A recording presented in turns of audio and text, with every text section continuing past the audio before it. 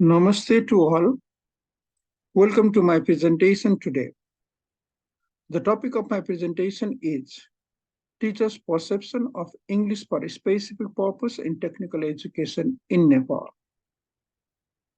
When I was assigned a task to prepare a presentation in the first module of this program, I initially was uncertain about which direction to pursue for my future work. After dedicating considerable thought and effort, I stumbled upon my own curiosity regarding the perception and practices of teaching English within the faculties of forestry and nursing. However, I soon realized that it might not be feasible to explore practices of teaching English within these faculties. Consequently, I narrowed down my area of study and settled on the topic of teachers' perception of English for a specific purpose in technical education in Nepal. This choice was motivated by the frequent question I encounter from students.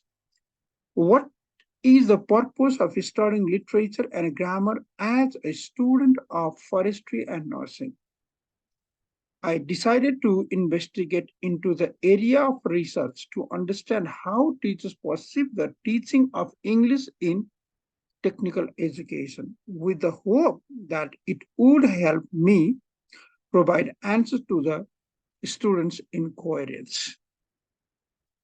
The term ESP, English for a specific purpose, may initially seem unusual in this context, as it typically refers to specific English associated with short-term training programs such as a 2 month course for tourist guide. However, in my study, I have employed English for a specific purpose to refer to English instruction provided within the faculties of forestry and nursing.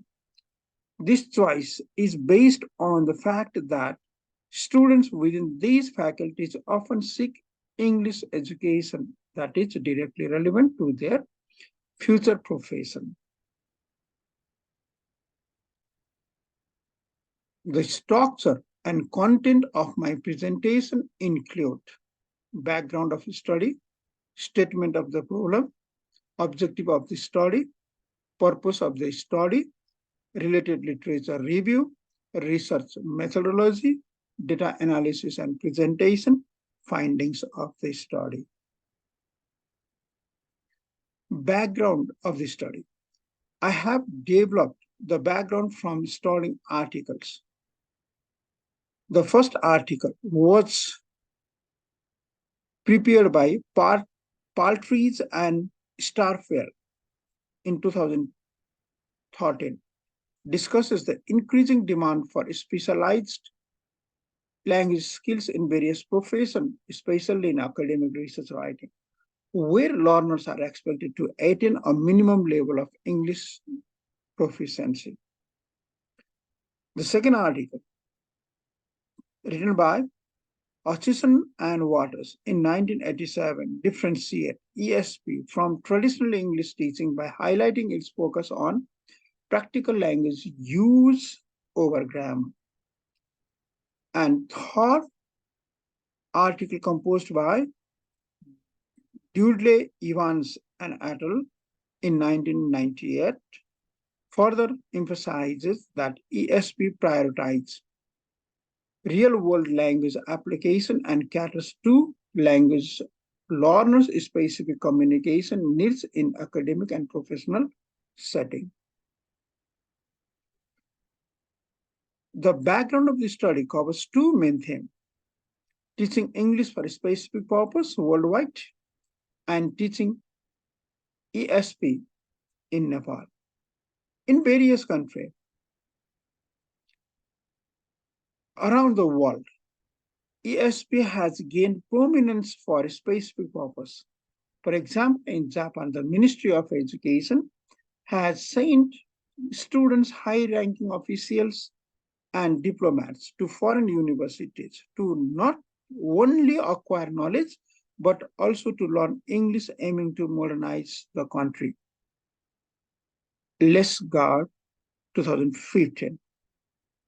Similarly, Yanata et al., 2016, highlight how Japan introduced programs like Tourism English and Education of Tourism English in response to economic challenge, teaching learning to express Japanese heritage and hospitality in English to boost tourism and economic growth.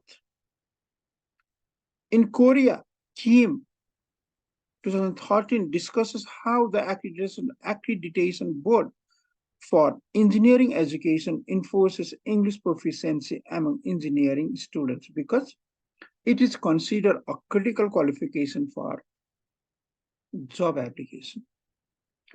Tourism, sorry, turning to Nepal, studies like Shrestha et al. 2018 emphasize the strong connection between English proficiency and engineering studies, stating that proficiency in engineering is rare without a solid command of English. This underscores the importance of ESP in Nepali context.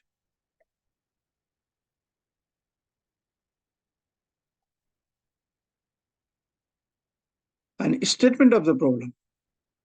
I have encountered with curiosities from the students of technical schools about what may be implication of teaching English. Many teachers, many teachers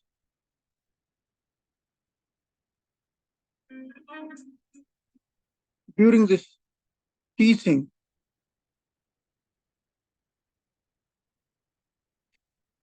Many teachers during the teachers in service training raise the questions about the objectives of teaching English in technical discipline, either for communicative competence or for developing work-related proficiency. Similar doubts have been shared by my friends teaching English in technical discipline. Furthermore, some graduates from nursing faculties have a particular perspectives on the role of English. They believe that learning English should extend beyond just achieving communicative competence and should also contribute to the development of work-related proficiency, aligning language skills more closely with the demand of their profession.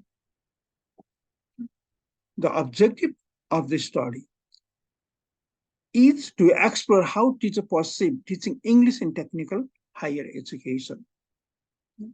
I have gone through literature review about ESP. From my review, I have developed the following themes. Teachers' understanding of teaching English in technical education, teachers' education and in-service training, teachers' role in teaching ESP, demand of teaching ESP, opportunity and challenges of ESP, issues of ESP, ESP teaching materials and methodology, theoretical perspectives on ESP. These literature helped me to find out the way of my study. And regarding research methodology, I will be employing a qualitative research design for my study because I believe that absolute truth are subtle. I believe that individuals' perception of any phenomena are diverse and genuine. Therefore, I will utilize a phenomenological research design to investigate into the lived experience of participants. My research will align with the interpretative research paradigm, aiming to provide a comprehensive understanding and explanation of the participants' life experience. To ensure my richness of data, I will propose fully select participants, as not all individuals may possess a relevant lived experience of teaching English for a specific purpose in Nepali schools. My sample will consist of 3 teachers who are actively engaged in teaching English in the field of forestry, medicine, and civil engineering. The data collection process will involve conducting in-depth interview and the selected participants while adhering to established research ethics guidelines. Data analysis and presentation. The analysis and presentation of the collected data will be central and major aspects of my research, I will conduct a thematic analysis wherein I will identify and extract the relevant themes by closely examining the transcription of the data. These themes will be associated with the appropriate codes, allowing for a comprehensive and structured exploration of the data. Findings and conclusion. Findings and conclusion will be presented according to the data analysis.